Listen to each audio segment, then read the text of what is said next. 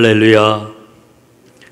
오늘은 우리가 해방된 지 77주년을 맞는 광복절 기념주일이면서 남북평화공동기도주일로 예배를 드리는 날입니다. 여러분, 해방 77년을 맞이하는데 일찍이 함석헌 선생님은 뜻으로 본 한국 역사라고 하는 책에서 이런 이야기를 했습니다. 8.15 광복은 도둑같이 뜻밖의 우리에게 왔다, 이렇게 이야기를 합니다. 그러나 여러분, 해방이 되면서 우리 민족은 남쪽에는 대한민국이, 북쪽에는 조선민주주의 인민공화국이 들어서서 이 분단은 사실은 슬픈 해방을 우리에게 가져다 주었습니다. 이 분단 77주년을 맞이하면서 저는 함석헌 선생님의 이야기를 다시 한번 마음에 새깁니다. 이 분단의 장벽이 무너지고 평화와 통일이 그날이 오는 것은 도둑같이 올 것이다 라고 하는 확신을 저는 갖습니다. 그러나 오늘 우리의 현실을 돌아보면은 오히려 분단의 장벽이 더욱더 공고해지고 있는 게 아닌가 하는 생각을 갖습니다. 이북의 김정은 정권이 행하는 여러 가지 모습을 보게 되면은 분단의 장벽이 점점 더 커지지요. 그러나 우리 대한민국의 내부를 보게 되면은 또 다른 측면에서 이 분단이 공고화되고 있구나라고 하는 생각을 갖습니다. 첫 번째로는 우리 청년 세대의 그런 그 의식 때문에 그렇습니다. 청년들의 통일 의식을 묻는 설문을 조사했는데 2017년도에 어떤 결과가 나왔느냐 하면은 통일을 반대한다, 이렇게 이야기하는 청년들이 40%가 넘었습니다. 두 번째로는 2000년대 이후에 한반도 평화체제라고 하는 이 평화체제론이 힘을 얻으면서 분단에 대한 그런 그 상황을 그냥 분단이 이 기정사실화되는 것 큰 문제가 없는 거 아니냐라고 하는 이런 분위기가 굉장히 뚜렷해지고 있습니다. 근데 생각해 보면은 평화가 이루어진다라고 하는 것에 대해서 어느 누가 반대를 하겠습니까? 그러나 그 평화가 분단을 영구화하는 것이라고 하면은 얘기는 달라질 것입니다. 여러분, 우리가 꼭 기억해야 될 게 있습니다. 지금까지 우리 기독교는 물론이고 우리 사회에서 한반도 통일을 이야기할 때 대전제가 있습니다. 그 전제가 뭐냐 하면은 민족 통일론이라고 하는 이야기 있지요. 여러분, 평화는 통일의 하위 개념이었습니다. 평화는 통일을 이루기 위한 과정이었고 평화는 통일을 이루는 통로라고 생각을 해왔던 것입니다. 그런데 근래 들어가지고서는 평화가 제일 소중하다, 남북 간의 평화만 이루어진다라고 하면은 뭐가 문제냐라고 하는 이와 같은 생각들이 굉장히 커졌다라고 하는 거지요. 저도 평화는 어떠한 경우에도 이 땅에서 이루어져야 된다고 생각을 합니다. 그러나 여러분, 우리는 한민족입니다. 동일한 역사를 지금까지 가져왔고 동일한 언어를 사용하고 동일한 문화와 동일한 정서를 함께 해온 민족입니다. 우리 민족이 분단체제 속에서 겪어온 이 고통의 문제가 우리 안에 얼마나 깊이 남아있는지 모릅니다. 우리 민족이 본래 하나였다라고 하는 이 문제가 해소되지 않고서는 진짜 민족의 평화가 이루어질 수 있을까? 저는 의문을 갖습니다. 여러분, 우리 그리스도인들은 평화를 위해서 기도할 뿐만 아니라 민족의 통일을 위해서도 하나님 앞에 간절히 기도해야 되리라 생각을 합니다. 작년 8월 달에 모가디슈라고 하는 영화가 개봉이 되었지요. 아마 이 자리에 계신 분들 가운데서도 이 영화를 본 분들이 계시리라 생각을 합니다. 지금으로부터 31년 전인 1991년도 아프리카 동북부에 있는 소말리아의 내전이 일어났습니다. 내전이 일어나가지고 그 소말리아에는 우리 대한민국의 대사관도 있고 북한의 그런 그 대사관도 있었는데 이 남북 대사관 직원들이 죽음의 위협으로부터 함께 동반 탈출을 한 실화가 있는데 그 실화를 다룬 영화가 바로 모가디슈라고 하는 영화입니다. 영화에서 보게 되면은 이 소말리아 모가디슈에서 이 분단의 현실이 얼마나 크게 증폭이 되어 가지고 나타나는지 모릅니다. 남과 북 대사관 직원들은 혹은 대사는 얼마나 심하게 반목하고 분쟁을 일으키고 심지어는 서로를 막 모함하고 이러는지 모릅니다. 그런데 소말리아에 갑자기 내전이 일어난 것입니다. 이 내전이 일어남으로 인해 가지고 외부와 모든 그러한 소통이 다 단절이 되고 남북 할 것 없이 모든 대사관 직원들이 죽게 생겼습니다. 시시각각 다가오는 죽음의 위협은 어느 누구도 피할 수 없는 현실이 되고 말았습니다. 그런데 아이러니한 것은 바로 이 죽음의 위협이 남과 북을 만나게 했습니다. 그리고 하나 되게 했습니다. 그리고 협력하게 했습니다. 우여곡절 끝에 남한의 대사관 그리고 북한의 대사관, 양국 대사와 대사관 직원들이 마침내 이 소말리아를 탈출해 가지고 구절기를 타고서 소말리아를 빠져나오게 되지요. 영화의 그런 그 마지막 장면을 보면서 저는 마음이 얼마나 뭉클했는지 모릅니다. 구조기가 소말리아를 빠져나와 가지고 케냐 공항에 도착을 하는데 비행기가 막 도착하라는 그 순간 비행기 차창 밖으로 보니까요, 남북의 외교관들이 나와 있습니다. 정보 담당자들이 나와 있습니다. 그리고 이제 관계자들, 이 관료들이 나와 있는 그런 그 모습을 봅니다. 그러자 누가 먼저라 할 것도 없이 비행기 안에 있던 남북 대사관 직원들은 서로를 냉정하게 외면을 합니다. 함께 죽음의 고비를 넘어오면서 깊은 신뢰를 가졌고 사랑하는 마음을 품고 지금까지 지내왔던 그들이었는데 짐짓 외면하면서 모르는 사람처럼 아주 냉랭한 얼굴로 비행기에서 내려가지고 각 남한과 북한에서 준비한 차에 오르는 걸로 영화는 끝이 나게 되지요. 그런데 표신하지 않게 서로 마음속 깊이 건강하라고, 잘 지내라고, 행복하게 살라고 이렇게 보이지 않는 신호를 보내는 걸로 영화의 엔딩 크레딧이 올라가지요. 그 마지막 순간 영화를 보면서 제 마음에 울렸던 그 울림을 생각을 해봅니다. 30여 년 전 케냐 공항에서 헤어지던 남북 대사관 직원들의 마음은 어떤 마음이었을까 생각을 해봐요. 아마도 30년 안에 우리 남과 북이 다시 만나거나 혹은 하나 되는 꿈을 꾸지는 않았을까 이렇게 생각을 해보는 거지요. 그러나 오늘 우리의 현실은 어떻습니까? 여전히 일촉즉발의 대치 상황 가운데 남과 북이 놓여 있습니다.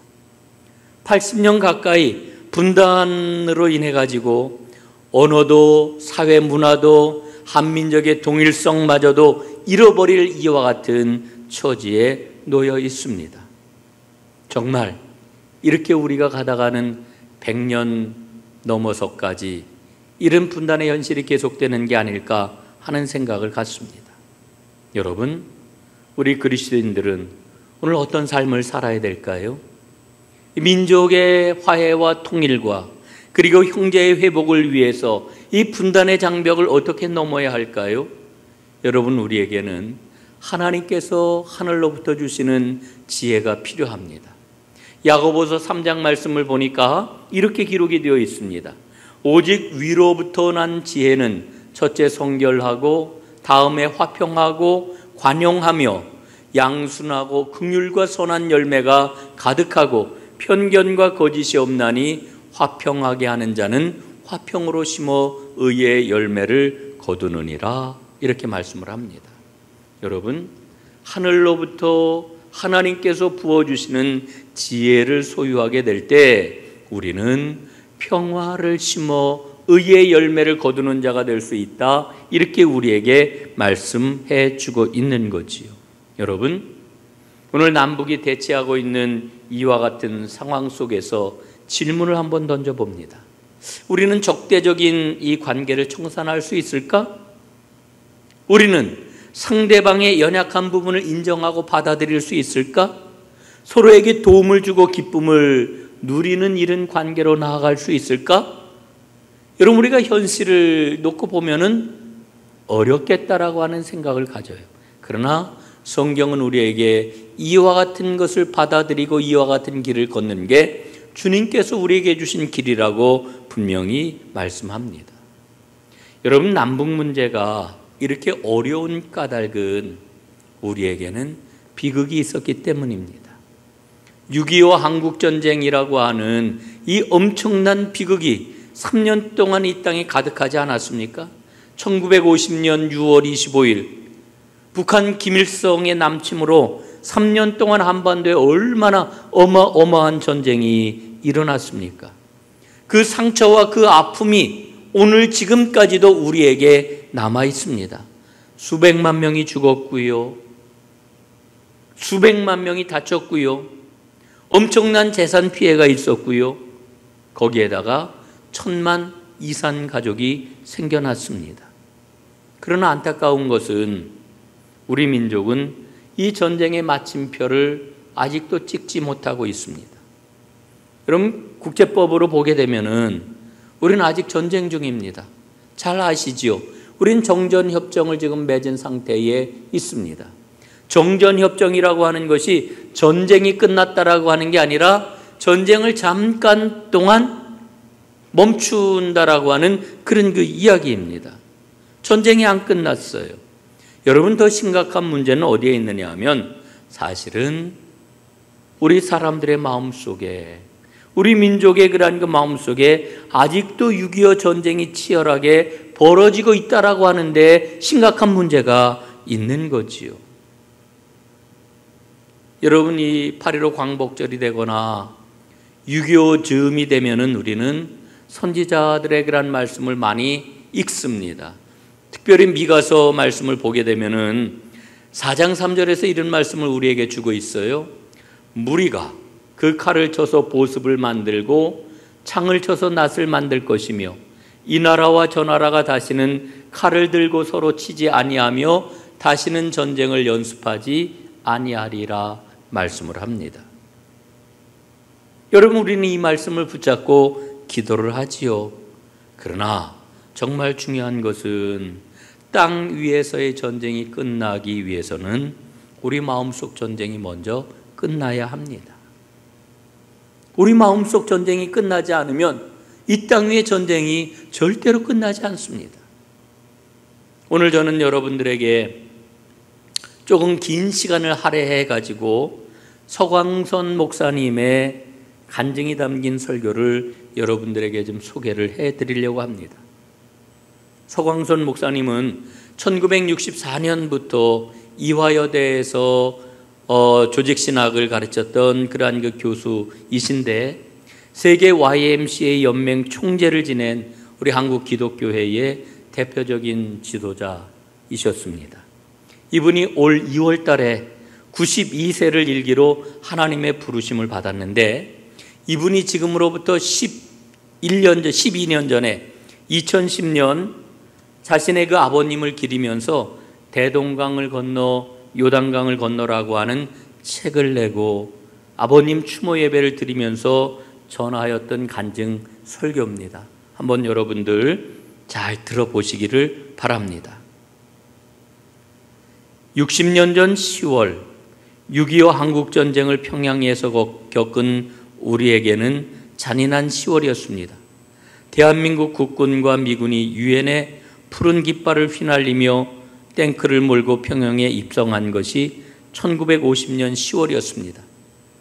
인민군에게 끌려가지 않으려고 집안에 굴을 파고 숨어있던 우리는 누렇게 뜬 얼굴로 해방의 만세를 불러댔습니다.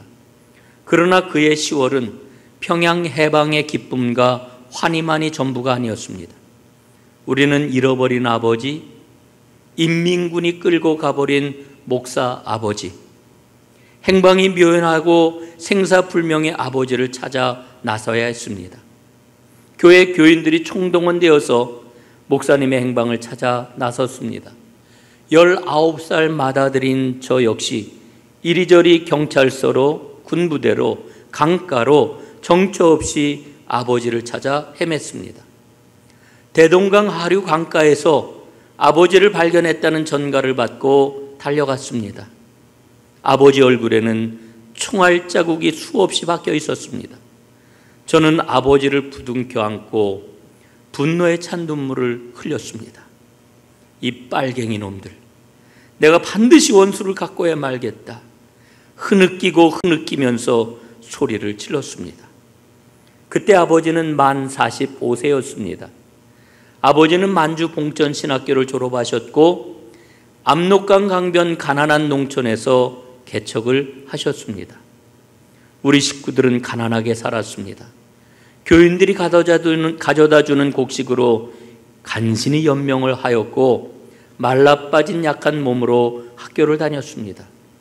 어린 나이에 기억하는 아버지의 설교는 주로 모세의 이야기, 이스라엘 백성들이 애굽에서 노예로 고생하는 것을 하나님이 불쌍히 보시고 모세를 앞장세워 해방시킨 이야기를 하시면서 우리 한국 백성들도 일제의 노예 생활에서 해방이 될 것이라고 하는 열정적인 설교였습니다. 일본 경찰이 듣고 아버지를 불러다가 때리고 고문하고 협박을 했습니다.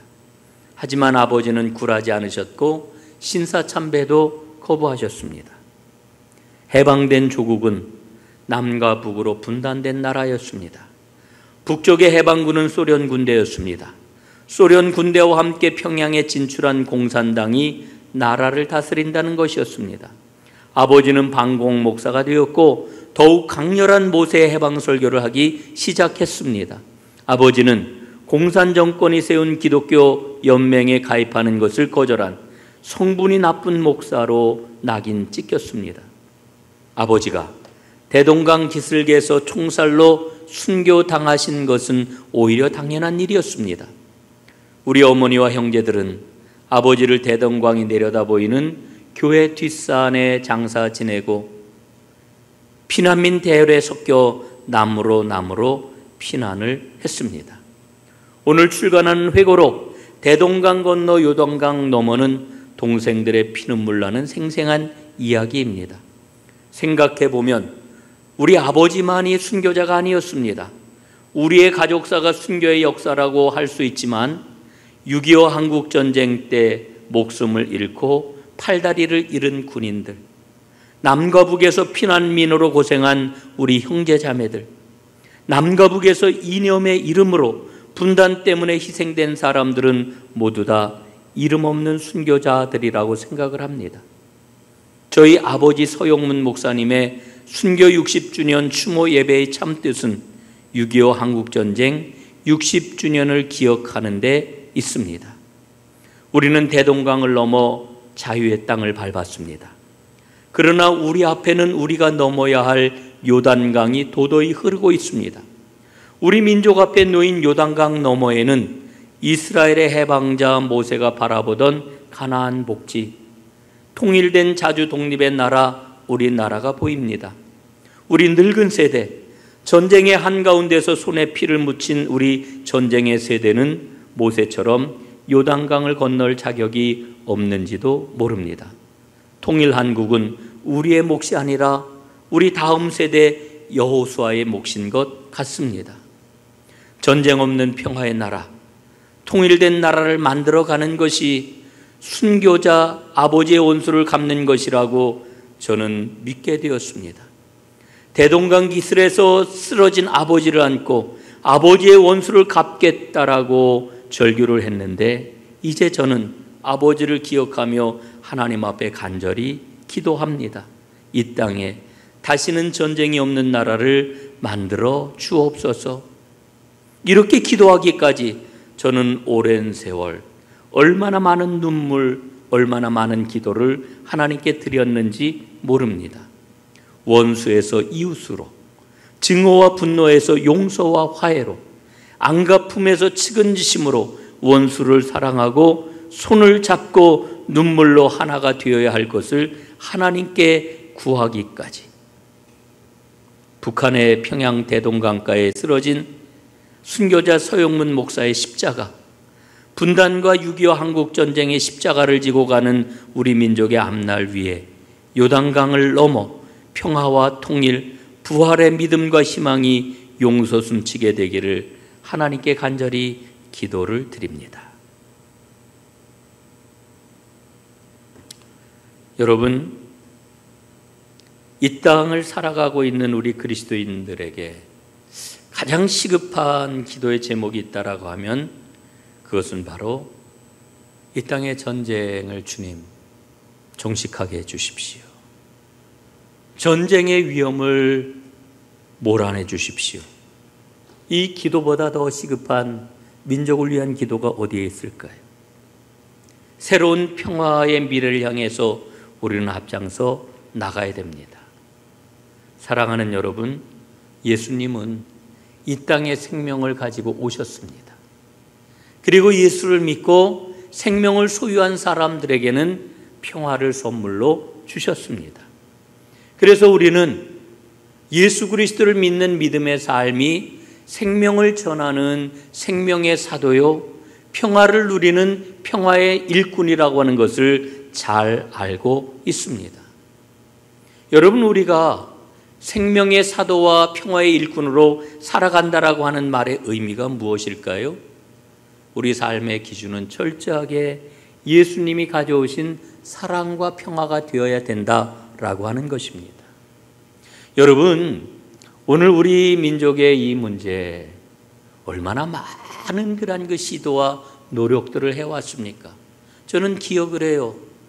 제가 어렸을 때, 국민학교 다닐 때 1972년 박정희 대통령과 북한의 그러한 그 기밀성과 평화를 이루기 위한 그러한 그 조약을 맺고, 그리고 그 이후에 엄청나게 많은 그러한 그 사건들, 남북 정상회담을 갖고 평양을 방문하고, 심지어는 지난 그 문재인 대통령 치하에서는 정말 핵 문제가 해결될 것 같은 이와 같은 상황까지 우리가 다 이렇게 목도를 했지만은 결국은 그 모든 것들이 다 무위로 돌아가고 말았음을 우리는 봅니다.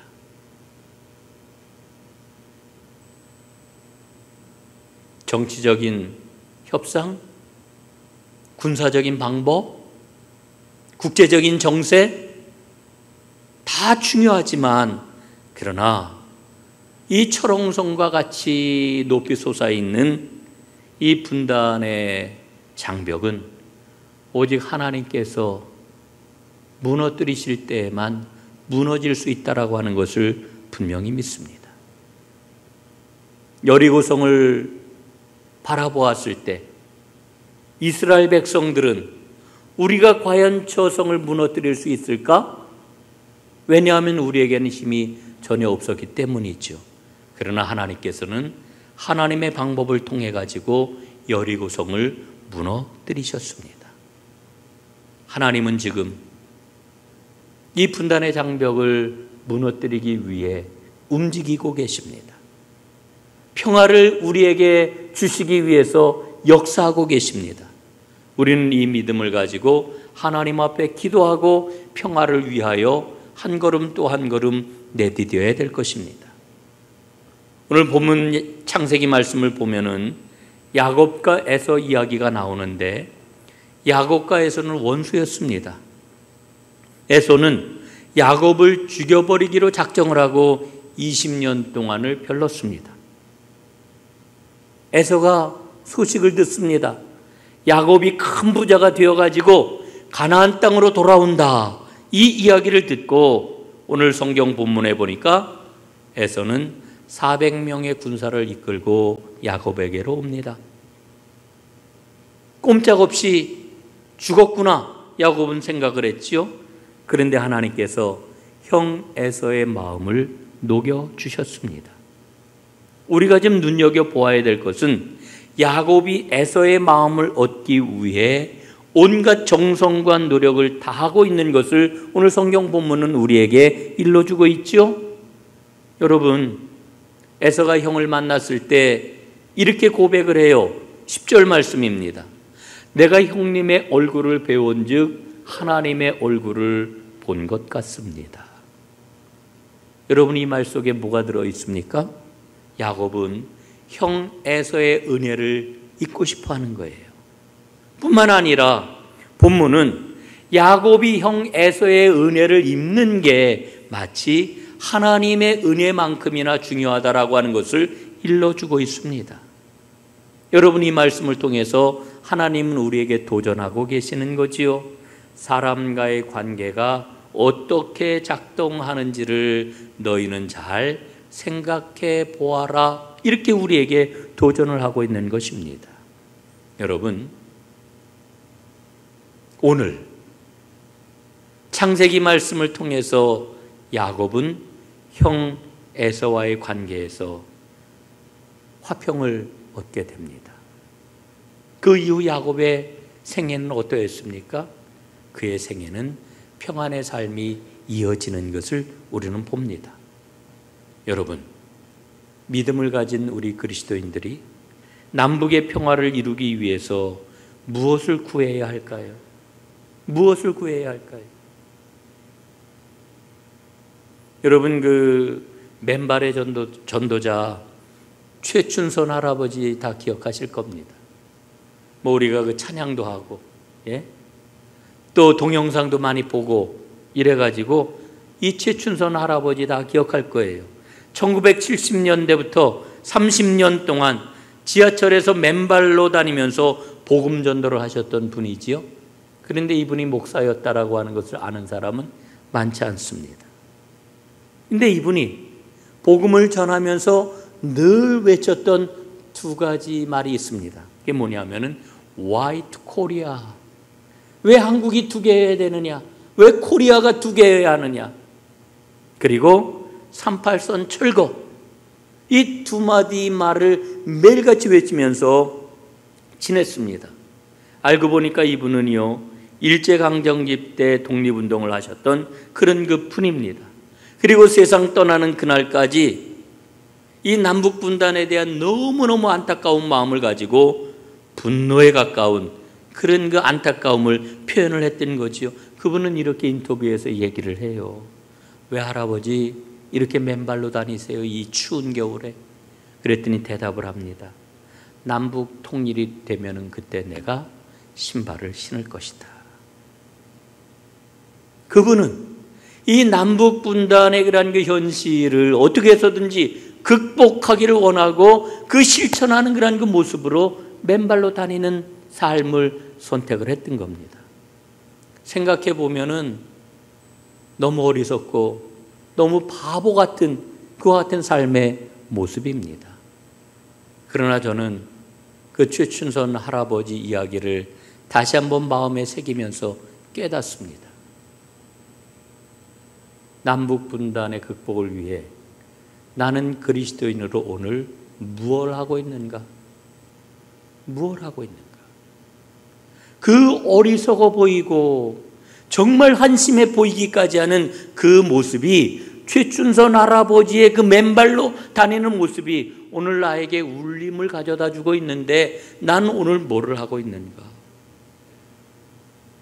여러분, 그리스도인은 분단된 이 한반도에서 하나된 하나님의 평화의 새 역사를 꿈꾸는 사람들입니다. 이 일을 어떻게 우리가 감당해 나갈 수 있을까요? 야고보서 말씀 다시 한번 보겠습니다. 화평케 하는 자들은 화평으로 심어 의의 열매를 거두느니라. 우리가 해야 하는 일은 평화를 심는 겁니다. 평화를 심는 것. 그러면 의의 열매를 거둘 것이다. 오늘 하나님 말씀하시는 거지요. 여러분, 오늘 우리는 매일 평화를 심어야 됩니다. 평화를 심는 게 뭘까요? 평화를 선택하는 겁니다. 여러분, 세상 논리가 아니고요, 하나님이 주신 그 평화의 복음을 붙잡고 오늘 내가 아주 작은 일이지만 작은 평화를 하나 선택을 하는 겁니다. 내일 평화의 발걸음을 한 걸음 띄워놓는 겁니다. 모레도 평화의 발걸음을 한 걸음 띄워놓는 겁니다. 작은 평화의 선택과 작은 평화의 행동 하나하나 우리 이 땅 850만 그리스도인들이 그런 삶을 살아가게 될 때 여러분, 분단의 이 철옹성 같은 장벽은 무너지지 않겠습니까? 하나님께서 우리에게 이 사명을 주셨다 생각하고 여러분, 오늘부터 우리 은총의 숲 전농교회 모든 성도들 평화를 선택하십시다. 평화의 발걸음을 한 걸음 떼어놓으십시다. 오늘 우리가 그렇게 하고 내일 그렇게 하고 모레 그렇게 할 때 하나님의 놀라운 역사가 반드시 일어날 줄로 믿습니다. 기도합니다. 살아계신 아버지 하나님, 고맙습니다. 민족 분단이 77년이요 이제 80년이 멀지 않았는데 오늘 주신 말씀처럼 평화를 심는 사람 되게 하여 주옵소서. 그래서 매일매일 평화를 선택하고 평화의 발걸음을 옮겨 놓음으로 우리의 발걸음을 통하여 하나님 생명과 평화의 역사가 이 분단의 연실을 넉넉하게 이겨내고 극복하는 놀라운 은혜와 역사로 나타날 줄로 믿습니다. 이 일에 앞장서는 우리 은총의 숲 전농교회 온 성도들 되도록 복을 내려 주옵소서. 예수님 이름으로 기도드리옵나이다. 아멘.